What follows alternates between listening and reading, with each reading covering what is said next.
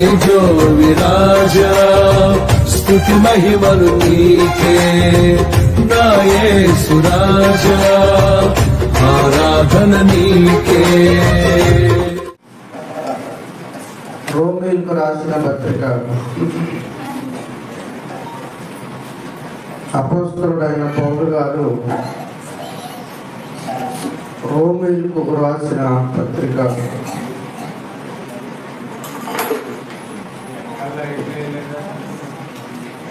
9వ అధ్యాయం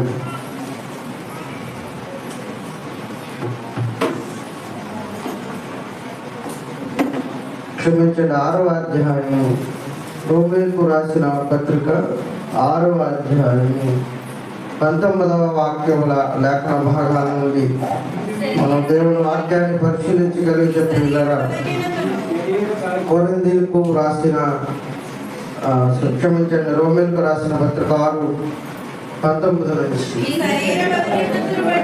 మీ శరీర బలహీనతలను బట్టి మనుష్య రీతిగా మాట్లాడుచున్నాము. ఏమంటే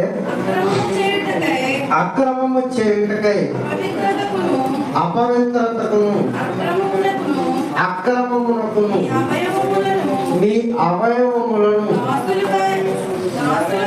దాసులుగా ఎలాగో అప్పగించితిరో అలాగే పరిశుద్ధత కలుగుటకై ఇప్పుడు మీ అవయవములను నీతికి దాసులుగా అప్పగించండి. సరిపోతుంది.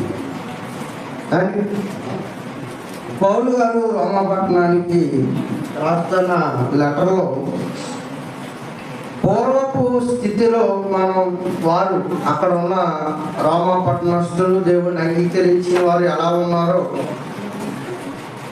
పూర్వపు స్థితిని జ్ఞాపకం చేస్తూ వర్తమాన స్థితిలో ఎలా బ్రతకాలో చెప్తున్న సందర్భం. పూర్వపు స్థితిని వారికి జ్ఞాపకం చేయించి పూర్వపు వాళ్ళ జీవితాలు ఎలా బ్రతికారో వాళ్ళకి లేఖన భాగాల్లో నుండి వారి జీవితాల్లో నుండి చూపించి ఇప్పుడు వర్తమాన కాలంలో ఆ లెటర్ రాస్తున్న కాలాన్ని ఆ వర్తమాన కాలంలో వారు ఎలా బ్రతకాలో చెబుతున్న సందర్భం. ఎలాగంట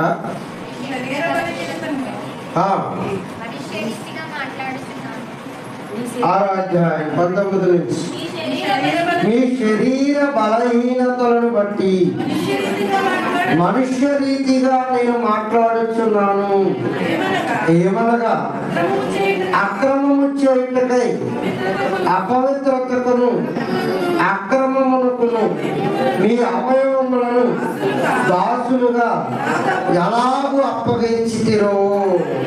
పూర్వపు స్థితి గురించి మాట్లాడుతూ అక్రమము చేయటానికి మీ శరీర బలహీనతలను బట్టి మీరు ఏం చేశారు? మీ పూర్వపు జీవితాలను ఎలాగూ ఆ బలహీనతలకు అప్పగించితిరో పూర్వకాలంలో మన జీవిత వైభవం క్రీస్తులోనికి రాకముందు, క్రీస్తును ధరించుకొనక మునుపు మన జీవితాలు ఎలా, మన అవయవాలు ఎలా అక్రమానికి దాసులుగా ఉండిపోయాయో మీరు ఆలోచించండి ప్రియులారా. ఎలా ఉండిపోయాయి? నీతిగా బ్రతకడం తెలియక, పవిత్రతతో ఉండడం తెలియక, యథార్థతతో ఉండడం తెలియక, మన అవయవాలను నీతి సాధనాలుగా వాడాల్సిన మనం దుర్నీతికి సాధనాలుగా ఉపయోగించిన సందర్భాలు 1-2 కాదు, కూపలే. మన అవయవాలు తన చిత్తానుసారంగా ఆయన మానవ శరీరంలో అమర్చి వీటిని నీతి సాధనాలుగా వీటిని వాడండి. కన్ను నీతికి సాధనమై ఉండాలి, చెయ్యి నీతికి సాధనమై ఉండాలి, అండి కాళ్ళు నీతికి సాధనమై ఉండాలి. ఒక మాటలో చెప్పాలంటే సమస్త శరీరంలో ఉంటున్న ప్రతి అవయవం, each and every one organ కూడా ఏమై ఉండాలి? నీతికి సాధనాలుగా వాడబడాలి.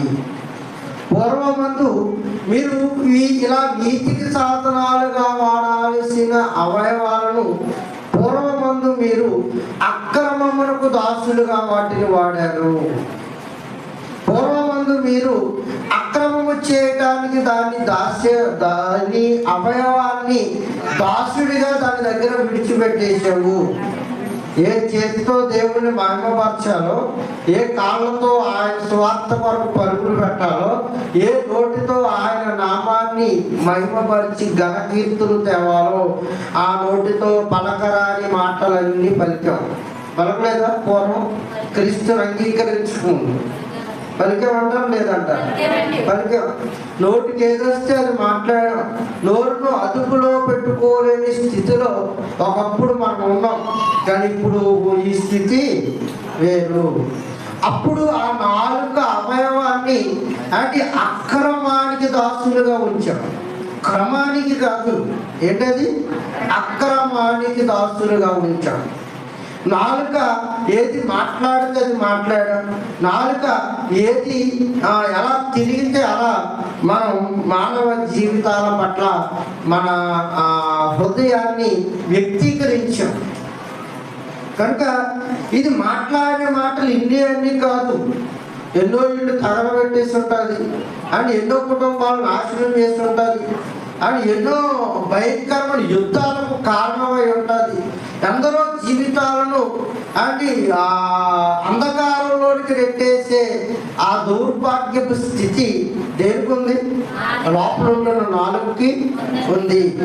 నాలుక అవయములలో బహు చిన్నదైనను. యాకోబు పత్రికలు ఏమన్నాడంటే,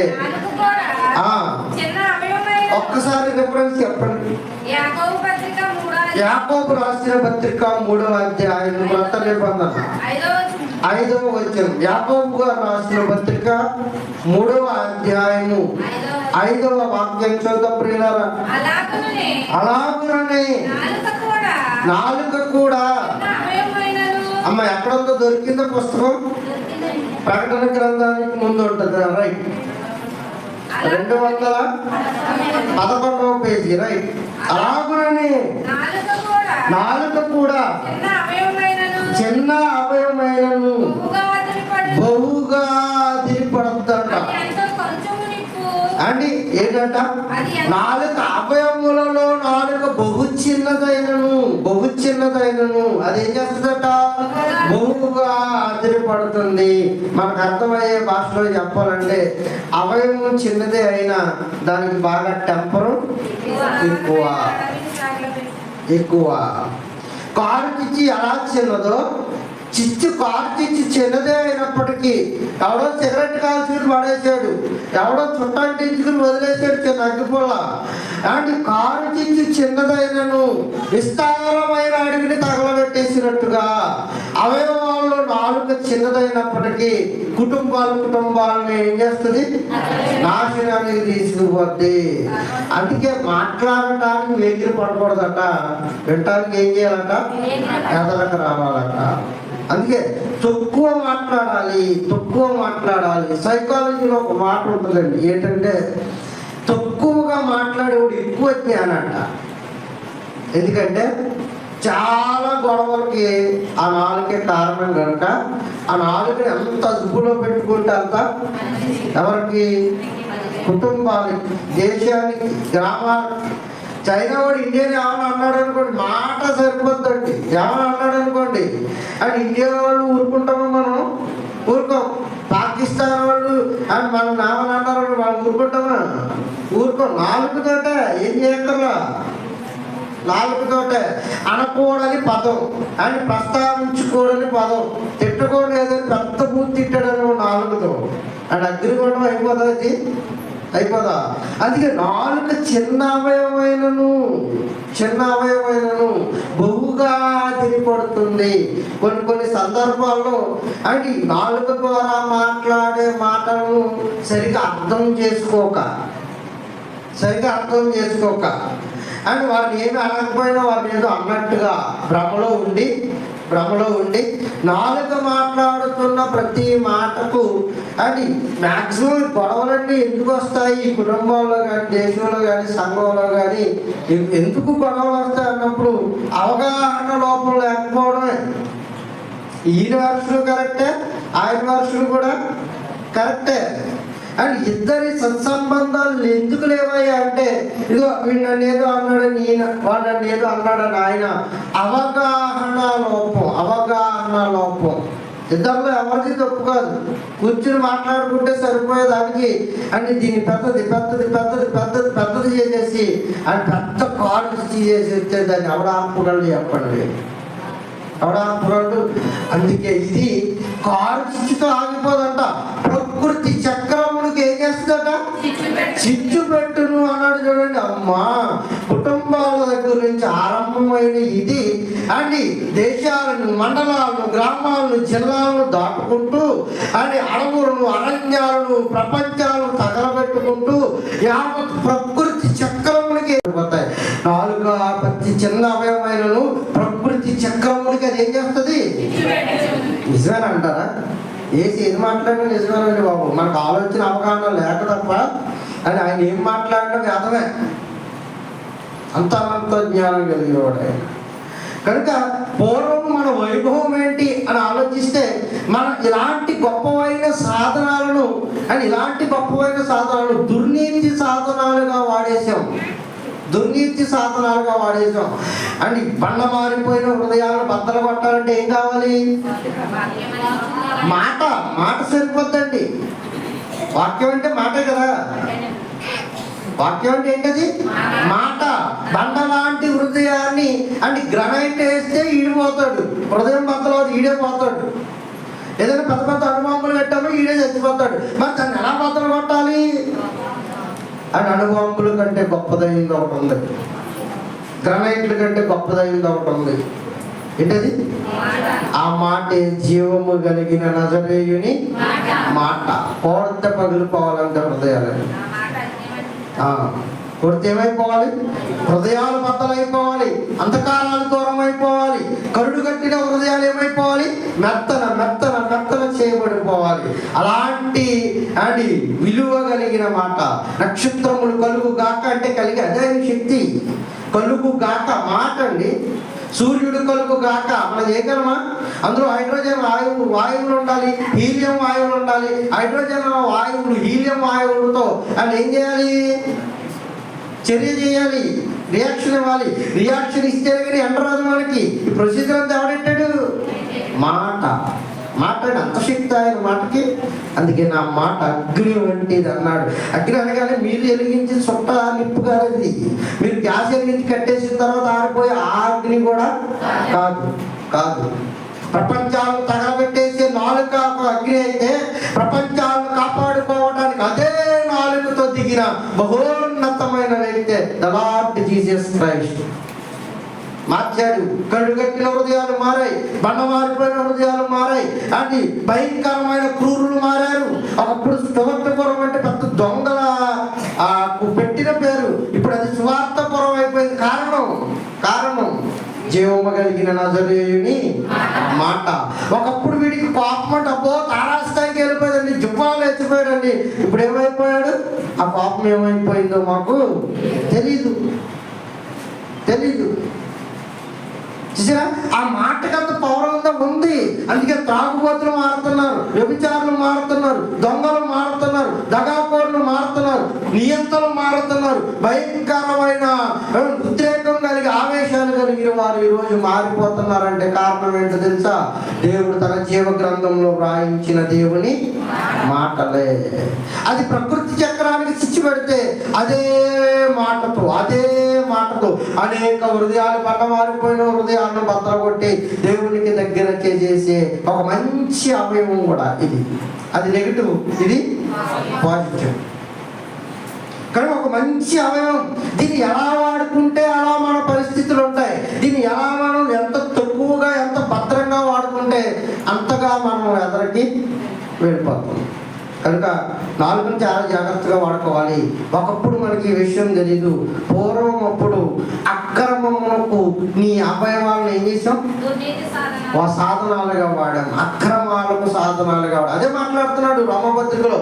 పూర్వం ఉన్న వైభవం ఏంటో మీకు తెలుసు, ఇప్పుడు వర్తమాన కాలంలో మీరు ఎలా ఉండాలో నేర్పుతున్న పాఠం అది. పూర్వం ఉన్నప్పుడు నాలుగులు బహుగా పడేటట్టు చేశావు. వర్తమాన కాలంలో సమస్తము తగ్గించి ఏం చేయాలి? నీతికి దాసులమైపోవాలి. ఒకప్పుడు కోపానికి దాసుడు నాలుక ద్వారా, ఒకప్పుడు దొంగతనాలకు దాసుడు కాళ్ళ ద్వారా, ఒకప్పుడు వ్యభిచారానికి దాసుడు శరీరం ద్వారా, ఒకప్పుడు మాయ మాటలకు దాసుడు మోసకరమైన హృదయం ద్వారా. ఇప్పుడు అలా ఉండకూడదు కానీ మారిపోవాలి, నీతి సాధనాలుగా మారాలి. అప్పుడు ఏం చేసామంటే ఈ అవయవాలను అక్రమానికి సాధనాలుగా దాసులుగా వాడాం. వడ్డించుకోవడానికి వడ్డించాం, తినకూడదని తిన్నాం అని దేనికి పనికిరాని చోటకెళ్ళి కుర్చీలు పరిచాం, దేనికి పనికిరాని చోటకెళ్ళి బలలేసాం, దేనికి పనికిరాని చోటకెళ్ళి వాటర్ సర్వీస్ చేసి ఉండొచ్చు ఈ శరీరం. కానీ దాని జీతం అని కలిసి వచ్చేదేమీ లేదు. పైపెచ్చు పాపం ఇంకా ఎలా చేయాలో నేర్చుకుని వచ్చే సందర్భాల్లోనికి వెళ్ళి ఈ అవయవాలను ఈ శరీరాన్ని బలంగా వాడించాం. ఇక్కడికి వచ్చిన తర్వాత ఈ శరీరంతో దానికి కలిగే ప్రతిఫలం ఏంటో తెలుసా? జీవం అనే ప్రతిఫలం కలుగుతుంది, పాపాన్ని పోగొట్టుకునే ప్రతిఫలం కలుగుతుంది. అంటే ఒకప్పుడు మనం ఏదో పోగొట్టేసుకున్నాం. ఎప్పుడు? అక్రమార్కులుగా ఉన్నప్పుడు, ఈ అవయవాలను అని అక్రమానికి దాసులుగా ఉన్నప్పుడు మనం ఏదో పోగొట్టేసుకున్నాం. దానిని ఇప్పుడు ఏం చేసే పనిలో ఉండాలన్నాడో తెలుసా? వెతికే పనిలో ఉండాలి అని. ఒకప్పుడు ఏదైనా పడేసుకుంటే అని, ఇప్పుడైనా ఏదైనా పడేసుకుంటే వెతుకుతాం. ఏమేమి పడేసుకుంటే ఒకసారి చెప్పండి లిస్టు. బండి తాళాలు పడేస్తాం, ఇంకా బీరువా తాళాలు పడేస్తాం, ఇంకా రేషన్ కార్డులు పడేస్తాం, ఇంకా అమ్మా సీటీలు కట్టే సీటీలు ఉంటాయి, బైబిల్లో దాస్తాయి, భద్రమైన పుస్తకం కదా అది, అవి పడేసుకుంటాం. ఆధార్ కార్డులు పడేస్తాం, అది బంగారం గొలుసు పడేసామా ఇంకా అయిపోయింది. ఇంకా అన్నం తిందు, నీళ్ళు తాగదు. అది పొరపాటు ఏ పాత్ర సింగులో పడ్డది అనుకోండి, ఇంకా మీరు గురించుకోండి, మనం మాట్లాడుకోండి. అయినా వదలదండి, వదులుతారా? వదలరు. అని కనుక వదిలేసుకున్నది ఏదో ఒక రోజున మనం వెతికి నెత్తుక్కోవాలి అన్న సామెత మీ అందరికి అర్థమైతే, నిజంగా పడేసుకున్న దానిని అని ఏదో రకంగా వెతికి అది దొరికితే అప్పుడు వచ్చే కిక్కే వేరు కదా. ఒక 500 పడేసుకున్నారనుకోండి, మీరు 500 పడేసుకున్నారనుకోండి అని 500 కోసం తనామనులు అయిపోతాం. పోనీ ఎవడైనా పట్టుకొచ్చి ఇదిగో పడేసి 500 ఉంచుకోవాలి ఇస్తే తీసుకుంటారా? అది సాటిస్ఫైడ్గా ఉంటుందా మీకు? మీ కాగితం మీకు దొరికితేనే సాటిస్ఫైడా?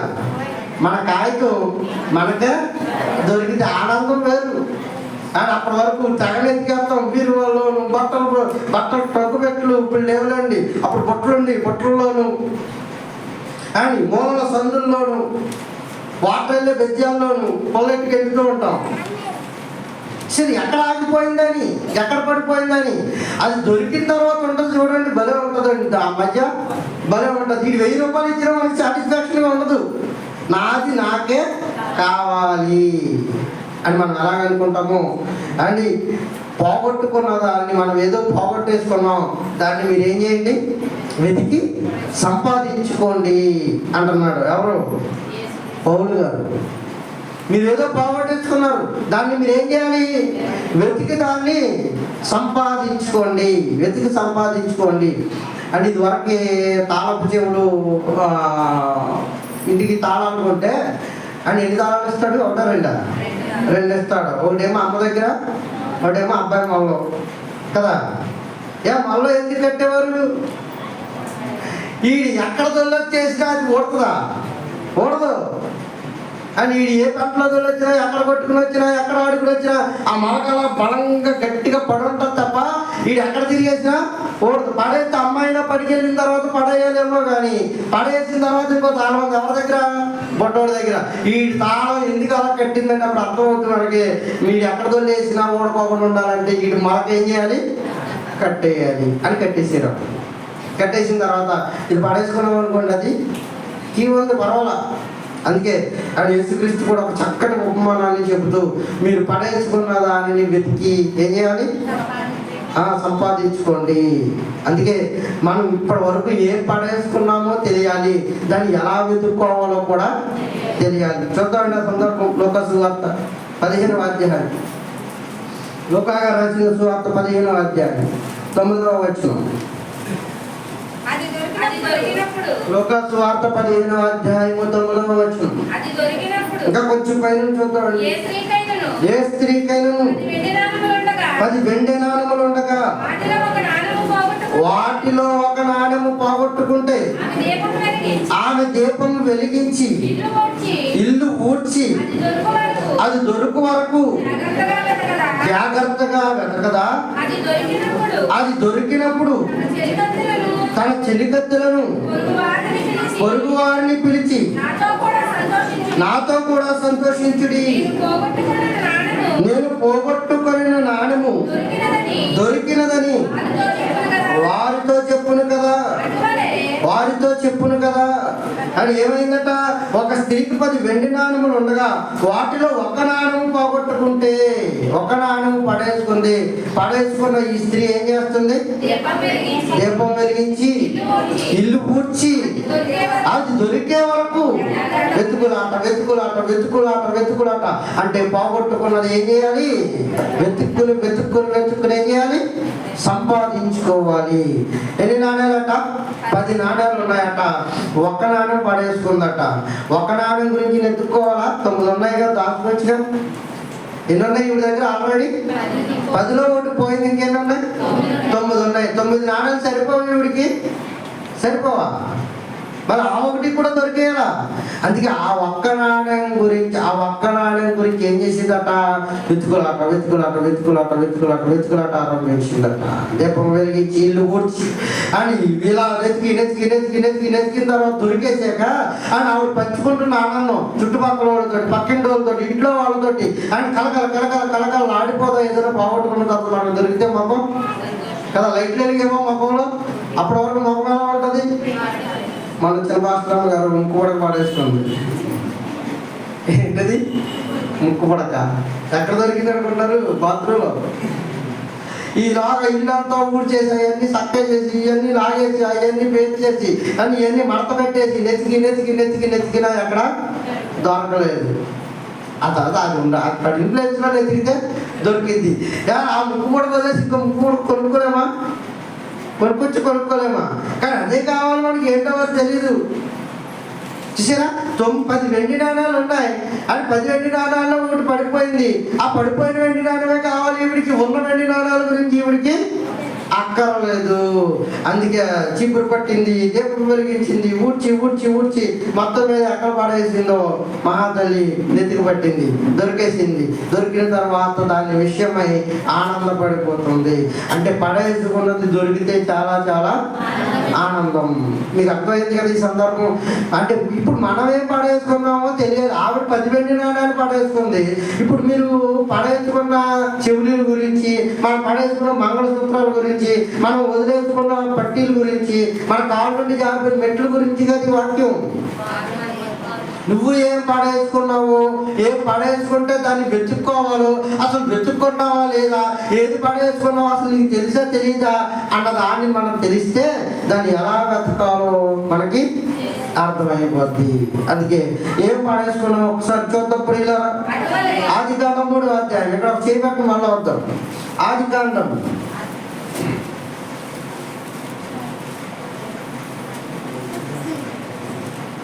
3వ అధ్యాయం. ఆదికాండం 3వ అధ్యాయం ప్రారంభం నుంచి. దేవుడైన యెహోవా చేసిన సమస్త భూజంతువులలో సర్పము యుక్తి గలదై ఉండెను. అది ఆ స్త్రీతో, ఇది నిజమా?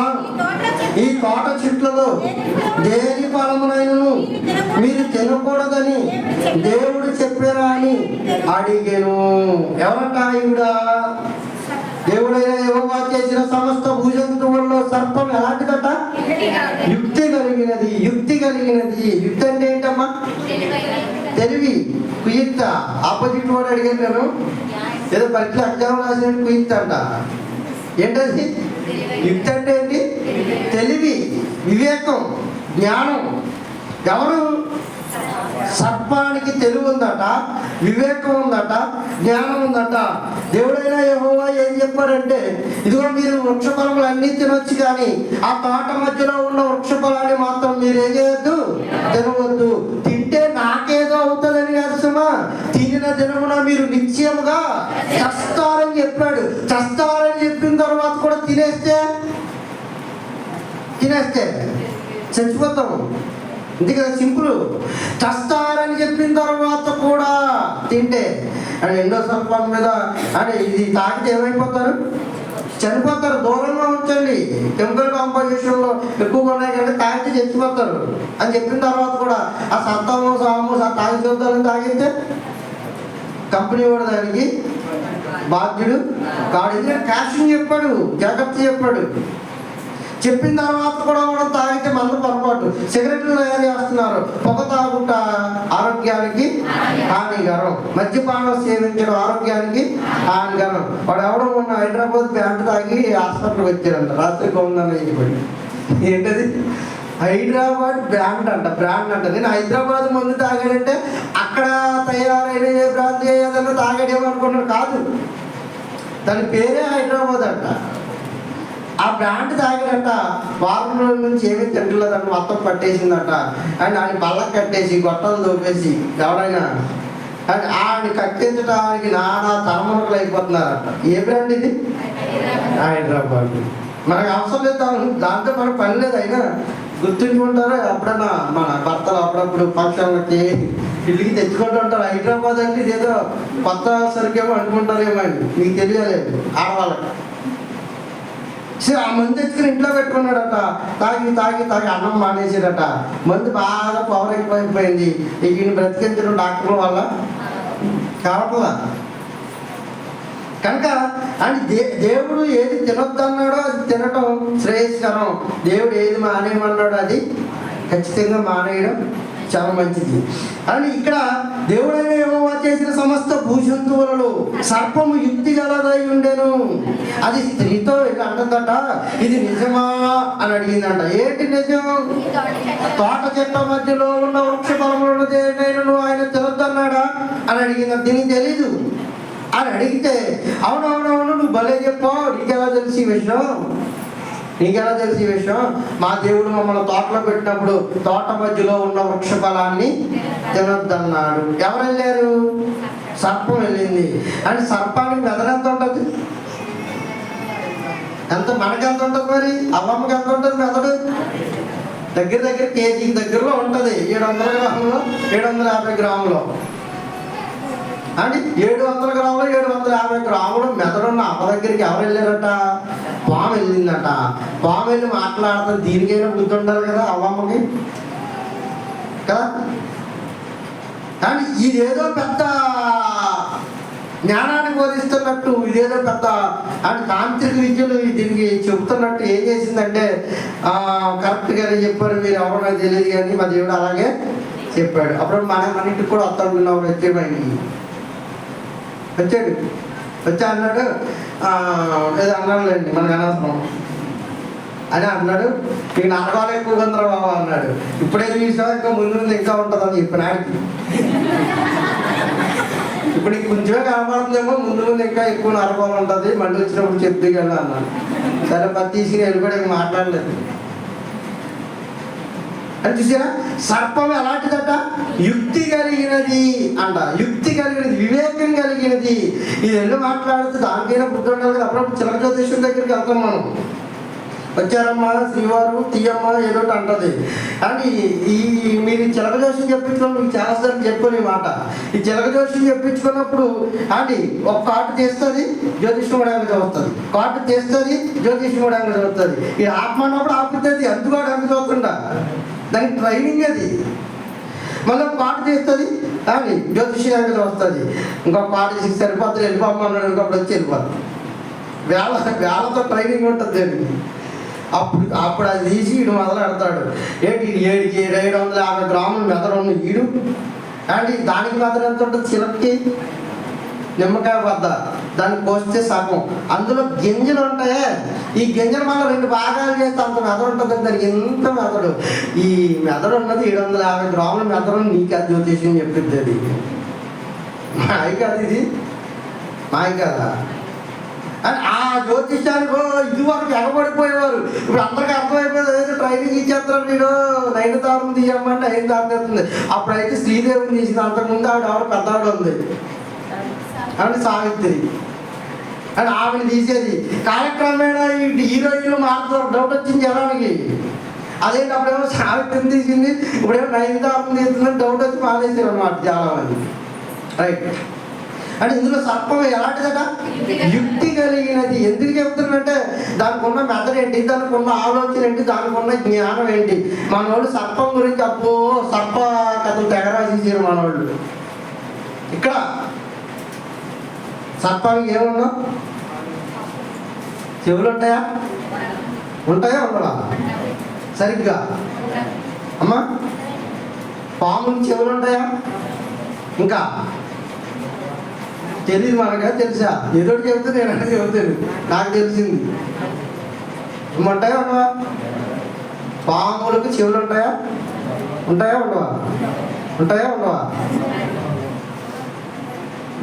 ఉంటాయని కొంతమంది, ఉండవని కొంతమంది. ఏదో చెప్పండి. పోలా ఉంటాయి ఉండవు. Very good. అండి పాములకు చెవులు ఉండవు. మరి మన ఊళ్ళో వేసిన కథలేంటో తెలుసా? మన ఊళ్ళో వేసిన కథలు తెలిసి ఈయన ఎక్కడ చూసిందంట? పొలం కొట్టులో చూసిందట.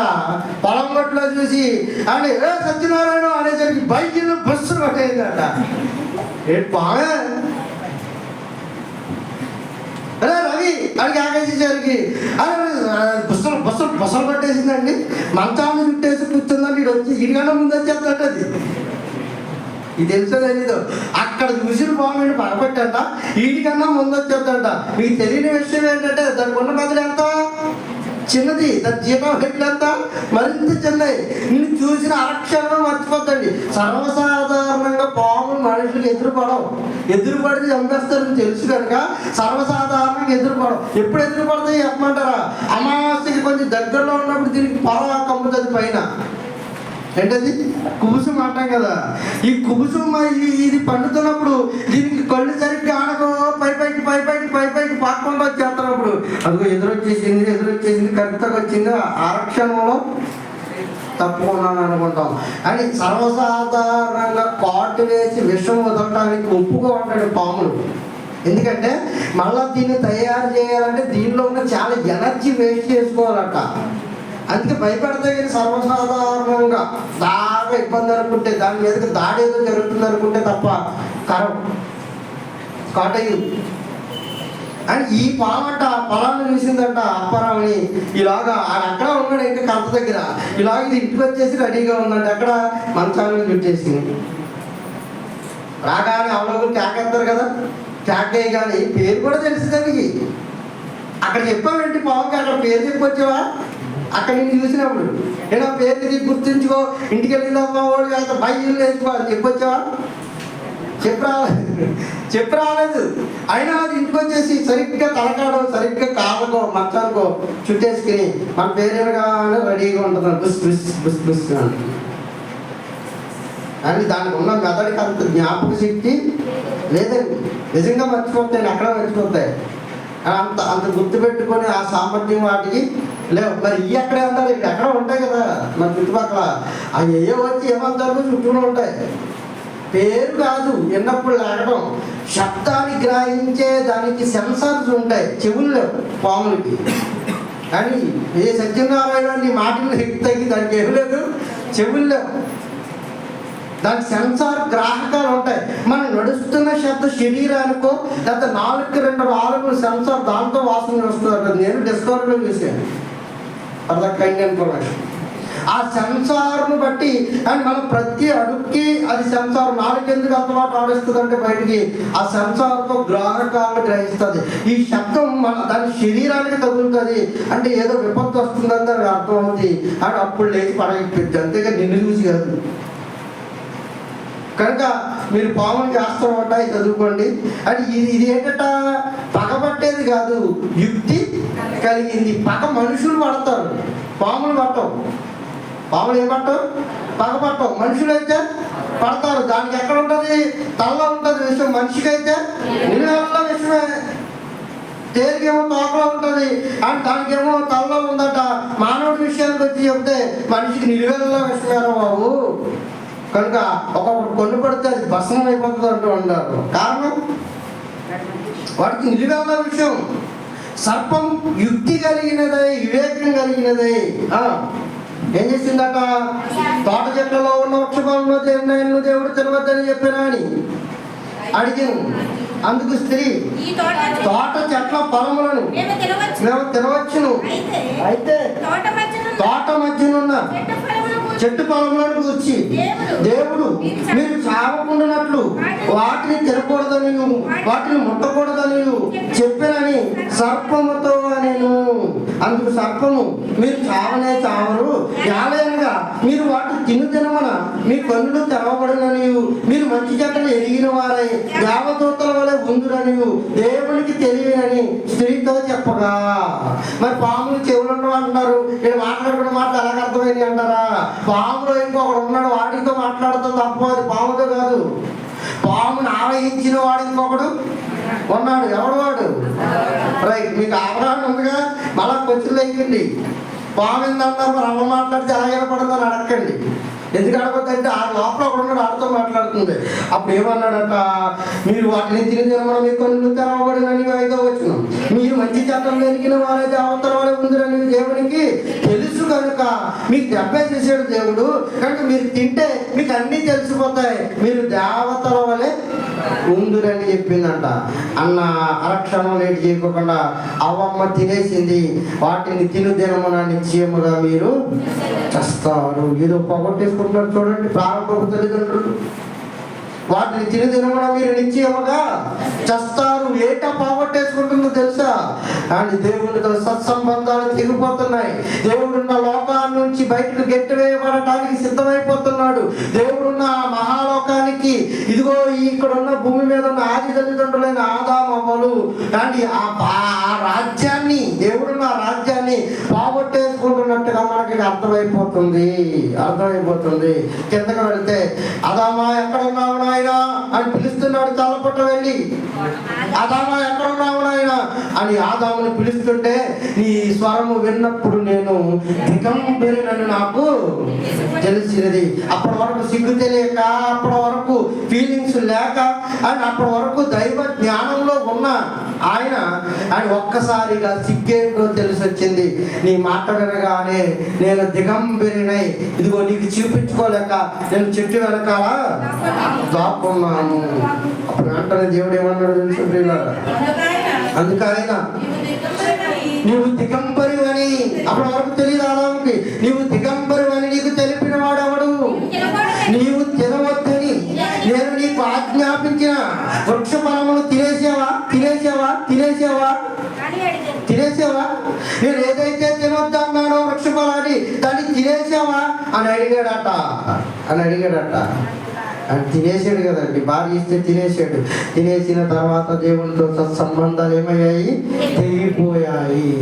ఆయన ఇక తోటలో ఉండటానికి వీలు లేదని దేవునితో ప్రతి చల్లపూట డైరెక్ట్ గా మాట్లాడేసిన ఆదాముకి, అని దేవునితో సత్సంబంధాలు కలిగిన ఆదాము దేవుని రాజ్యంలో దేవునితో సమానముగా ఉండటానికి కూడా ఇష్టపడిన ఆదాముని, ఇదిగో నీవు భూమి మీదకి వెళ్ళి నీ నేల చెమట కార్చి నీ బ్రతుకు జన్మలన్నిట కష్టించి నువ్వేం చేయాలి? పని చేసుకుని బ్రతుకని దేవుడు వేసిన ఆదాము అవ్వలకు వేసిన ఏదేను వనంలో నుండి ఆయన ఆదాము వాళ్ళు ఏం చేశాడు తెలుసా? బయటకు గెంటేసాడు. అంటే ఏం పోగొట్టేసుకున్నారు ఆదాము వాళ్ళు? ఏం పోగొట్టేసుకున్నారు? దేవునితో సంబంధాలు పోగొట్టేసుకున్నారు. దేవునితో కలిసి ఉండాల్సిన ఆ భాగ్యాన్ని పోగొట్టేసుకున్నారు. దేవునితో ఉండే ఆ రాజ్యంలో ఎవరు లేరు? ఆదామవ్వలు ఆ రాజ్యాన్ని కోల్పోయారు. మరలా దేవుణ్ణి తెలుసుకుని మారు మనసు పొందడానికి చాలా కాలం పట్టిందండి ఆదామవ్వలు. రైట్ పాయింట్ ఏంటంటే, అంటే ఆదామవ్వలు పోగొట్టేసుకున్న దానిని ఈరోజు వారితో పాటు క్రైస్తవ సమాజం, ప్రపంచం అంతా కూడా ఆ సత్సంబంధాలు ఏమయ్యాయి? తెగిపోయాయి. పోగొట్టేసుకున్నాం. మనకు తెలియదు. ఇది ఒకటి ఉంది, దీనిలోటి పోగొట్టేసుకున్నాం. దేవుడితో మన సత్సంబంధాలు కలిగి ఉండేవాళ్ళం, దేవుని రాజ్యంలో మనం ఉండాల్సిన వారం, దేవుడి పక్కన మనం కూర్చునేవారం. ఆ సత్సంబంధాలు తెగిపోయాయని, ఆ సత్సంబంధాలు మరలా మనం వెతుక్కోవాలని, వెతుక్కుని మరలా దేవుని దగ్గరకు వెళ్ళిపోవాలని మనకి తెలీదు. మర్చిపోయాం. లోకం మాయలో, లోకపు సందర్భంలో తేలియాడిపోతున్నాం. కానీ ఎండమావి లాంటి ఈ జీవితానికి అలవాటు పడిపోయాం. ఇక్కడే ఉండాలి, ఇక్కడే తినాలి, ఇక్కడే తాగాలి, ఇక్కడే సుఖించాలి, ఇదే మన జీవితం అని ఏ సంబంధాన్ని అయితే నువ్వు పోగొట్టేసుకున్నావో, ఏ రాజ్యాన్ని అయితే మనం పోగొట్టేసుకున్నామో, ఏ రాజ్యాన్ని అయితే పడేసుకున్నామో మనకు అర్థమయ్యే భాషలో దాన్ని వెతుక్కోవలసిన జనాంగం ఆ వెతుకులాటలో లేక ఏ వెతుకులాటలో ఉన్నారో తెలుసండి. గొప్పలకు, అందలాలకు అండ్ విహారాలకు ఇలా ఇలా ఇలా ఇలా ఈ వెతుకులాటను వదిలేశారు. ఆ వెతుకులాటను ప్రారంభించారు. అందుకే 10 నాణాలు పోగొట్టేసుకున్న ఆవిడ ఒక్క వెండి నాణాన్ని పోగొట్టేసుకుంటే వెతుక్కుంటుంది. పైన ఏమన్నాడు చూడండి, అని 100 గొర్రెలు ఉన్న ఒకడు ఒక గొర్రె పోతే ఆ ఒక గొర్రె కోసం వెతుక్కుంటున్నాడే. వెండి నాణాలకి కింద వచ్చాక ఏమన్నాడో తెలుసా, ఒక తండ్రికి 2 కుమారులు ఉన్నారు. 2 కుమారులు ఒకడు తప్పిపోయాడు. ఉన్నవాడిని పట్టించుకోవడంలా తప్పిపోయిన వాడిని వెతుకుతున్నట్టుగా మనము కూడా కోల్పోయిన మానవ జీవితాలను మరలా తిరిగి వెతికి ఏం చేయాలి? కట్టుకోవాలి. రక్షణను పోగొట్టేసుకున్నాం, రక్షణను వెతుక్కోవాలి. రక్షణను పోగొట్టేసుకున్నాం, నిత్య జీవాన్ని పోగొట్టేసుకున్నాం, నిత్య జీవాన్ని వెతుక్కోవాలి. వాడు వెతుక్కున్నాడు, వెతికిన తర్వాత దొరికితే వాడు ఏం చేస్తున్నాడు? తప్పిపోయిన నా కుమారుడు తిరిగి మళ్ళీ నా అద్దకు వచ్చాడు. ఒక తండ్రి ఆనందపడితే, ఆయన పోయిన వెండి నాన్న దొరికిందని ఒక తల్లి ఆనందపడితే, తప్పిపోయిన 100 గొర్రెలు ఒక గొర్రె మళ్ళీ తప్పిపోయి మళ్ళీ తిరిగి నా అద్దకు వచ్చిందని ఒక గొర్రెల కాపరి ఆనందపడితే, తప్పిపోయిన నా కుమారుడు తిరిగి నా అద్దకు రావటం లేదని ఒక తండ్రిగా ఆయన ఆనందపడాల్సింది. ఆయన ఏమైపోతున్నాడో తెలుసా? బాధండి ఆయన. అందుకే లోపలికి పిల్లల వైపు దినమెల్లా అన్నాడంటే అర్థం ఏంటో తెలుసా? పోగొట్టేసుకున్నది ఆ మహిమను వెతుకులాటలో లేదు, సమాజం వెతుకులాటలో లేదు. అందుకే లోపడని పిల్లలు ఉన్నారు, వాళ్ళ వైపు దినమెల్లా చేతులు చేస్తున్నాను. ఎవడైనా నన్ను వెతుకుతాడేమని నిర్ణయ కాలం పెట్టాను. అండ్ యెహోవాను కాలం మంది నేను మీకు దొరుకుతారని చెప్పాను. పొలిమేరలను సిద్ధపాటు చేశాను. అయినా నా వెతుకులాటలో ఎవడు లేడు. అలా లేరనే వీళ్ళు వెతకటానికి ఒక మార్గాన్ని పంపించాడు. ఆ మార్గమే ఎవరో తెలుసా? ప్రభువు అయిన యేసుక్రీస్తు. వెతుకులాటలో లేదు. అందుకే ప్రభు వాళ్ళు ఏం పోగొట్టేసుకున్నారో యేసు వచ్చి చెప్పాలి, ఏం కోల్పోయామో యేసు వచ్చి చెప్పాలి, మళ్ళీ ఎలా వెతుక్కోవాలో ఆయన వచ్చే చెప్పాలి తప్ప ఇక భూమి మీద ఉన్న మనుషుడు ఇది పోగొట్టుకున్నామన్న సంగతి మర్చిపోయి తిరుగుతున్నప్పుడు, ఇదిగో మీరు ఒక దాన్ని పోగొట్టేసుకున్నారని చెప్పడానికి వచ్చిన మహానుభావుడే యేసుక్రీస్తు.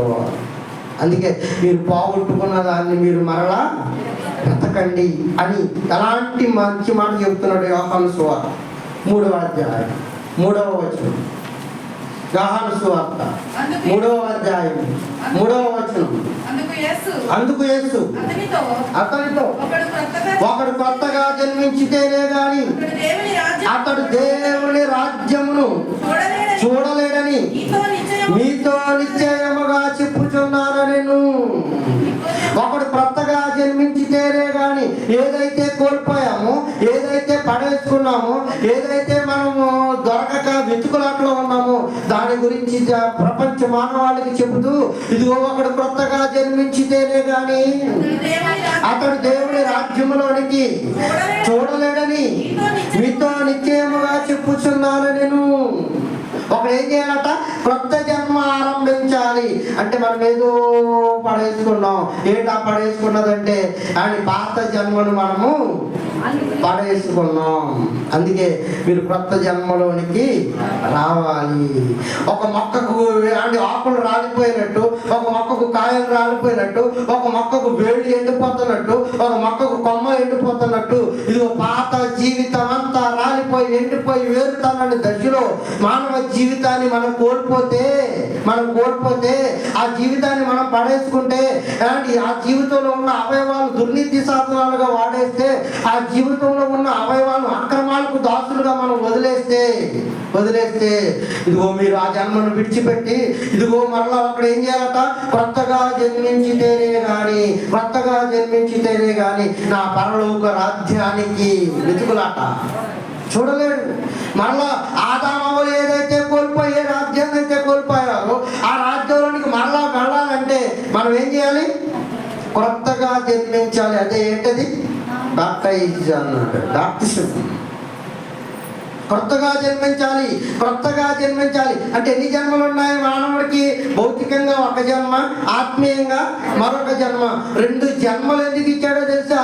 ఒకటి కోల్పోయాం, ఈ కోల్పోయిన దాన్ని వెతుక్కుని కాపాడుకోండి ఇంకొక జన్మ.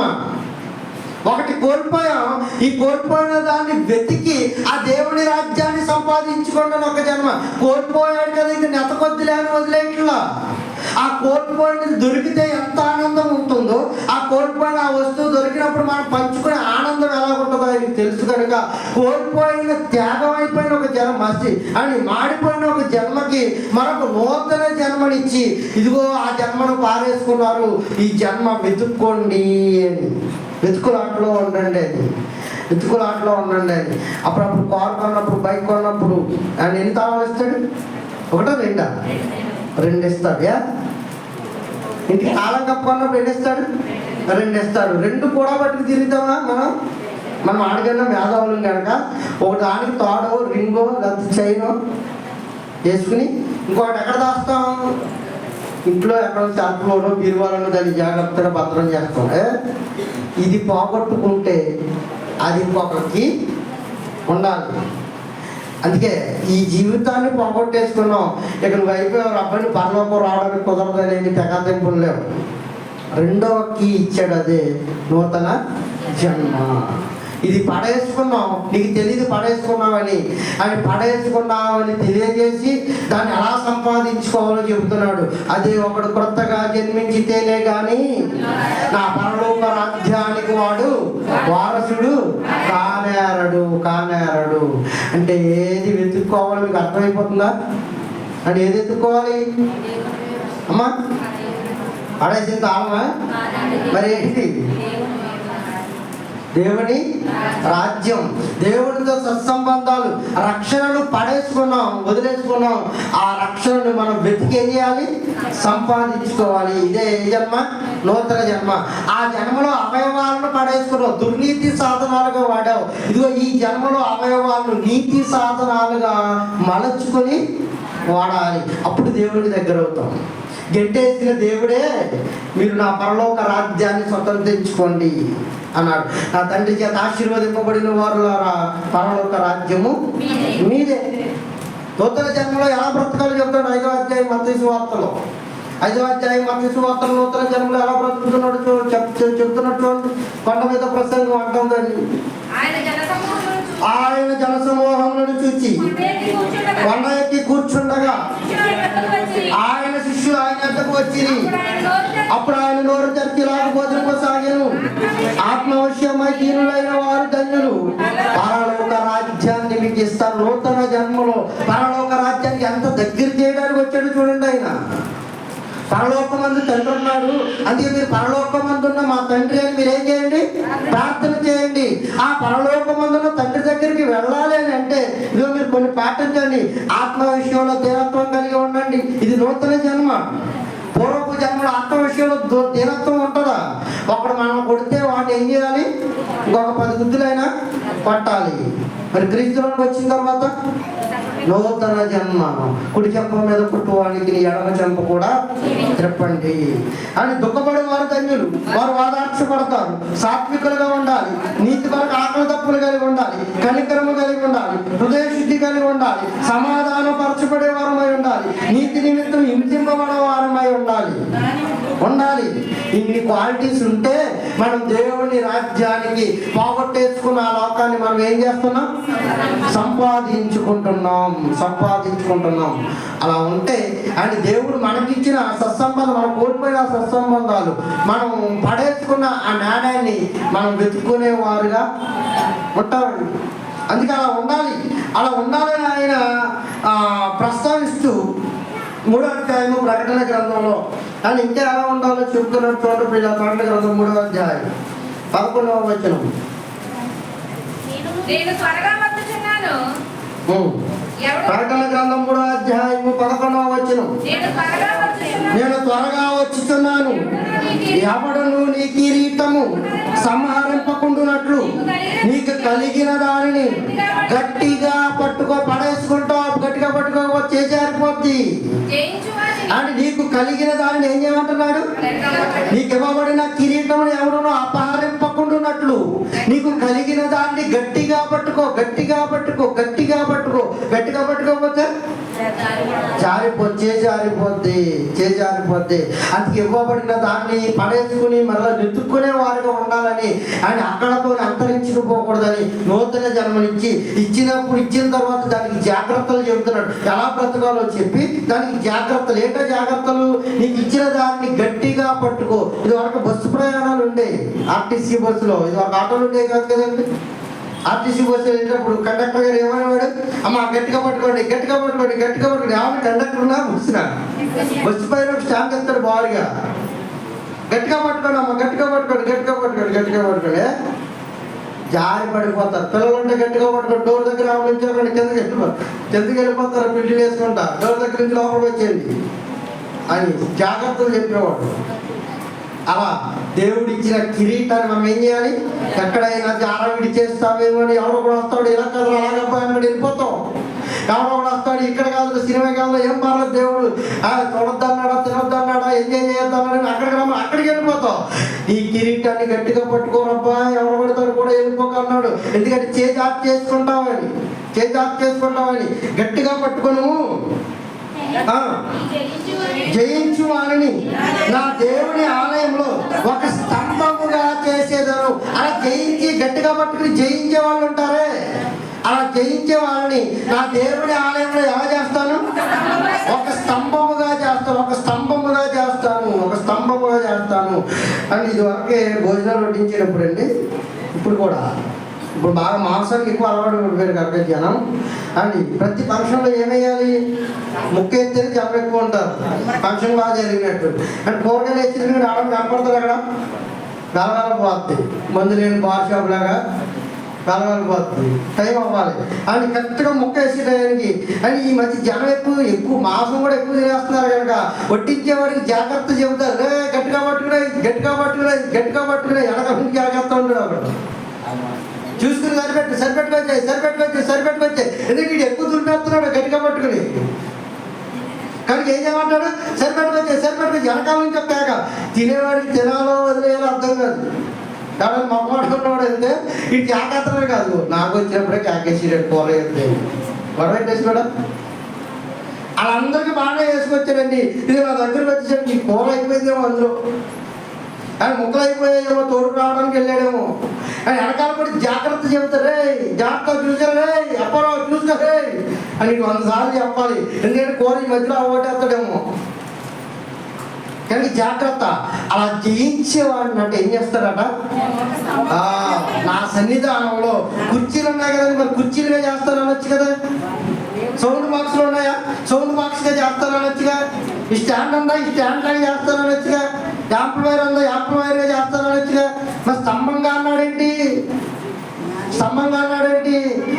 దాన్ని ఎవరు కదప్పుడు ఎక్కడికి వెళ్ళదండి. ఇంక అర్థమవుతుందా? కింద చూడండి, అందులో నుండి వాడు ఇక మీదట ఎన్నటికి వెలుపలకి పోడు అన్నాడు. చూడండి ప్రియులారా, ఏం చేయడట? వాడిని స్తంభం అయిపోవాలి. మనం స్తంభం అయిపోతే ఇక మీదట మనం ఎన్నడను వెలుపలకి పోం. కుర్చీలైతే ఎక్కడ ఫంక్షన్ జరుగుతుంది అనుకోండి, తక్కువైతే వెళ్ళిపోతాయి. ఉంటాయా? ఉండవు. సౌండ్ బాక్స్ అక్కడ ప్రార్థన నడుతున్నాడు, అక్కడికి వెళ్ళిపోతాయి. అని ఇది ప్రార్థన తీసి మూలాడేస్తాం, స్తంభాన్ని తీసి ఎక్కడ ఉండాలి? అందుకే వాడు ఏం కావాలి? స్తంభంగా నాటబడిపోవాలి. ఎక్కడ? దేవుని సంఘంలో. అలా ఎప్పుడు జరిగిందంటే పోగొట్టుకున్న దాన్ని వెతుక్కుని రక్షణలోనికి వస్తే దొరుకుతుంది. వచ్చిన తర్వాత గాలి మాటలు వేసి గాలిగాళ్ళు కూడా వెళ్ళిపోకూడదు. వ్యర్థమైన పట్టు వలె మనం ఉండిపోకూడదు. ఇదే మన కోరిక కావాలి. అని ఇలాంటి జీవితాలు దేవుడి పట్ల మనం బ్రతకాలి. ప్రభు నా జీవితాన్ని స్తంభంగా మార్చే, నేను పోగొట్టుకున్నది ఏంటో నాకు తెలిసింది ఇవాళ. అని ఆ పోగొట్టుకున్న దాన్ని నేను గట్టిగా చేపట్టుకున్న తర్వాత స్తంభంగా మారిపోవడానికి, నా జీవితాన్ని మలిచయ్యా అని ఆయన అడిగితే అడుగు ప్రతి వాడికి ఆయన ఇవ్వటానికి ఎలా ఉన్నాడు? సిద్ధంగా ఉన్నాడు. మనం ఎలా ఇస్తాడట?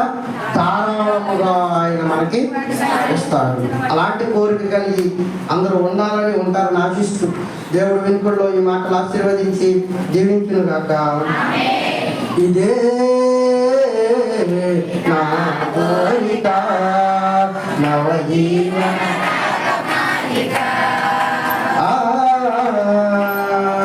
ఇదే నా కోరిక నవజీవన రాగమాలి.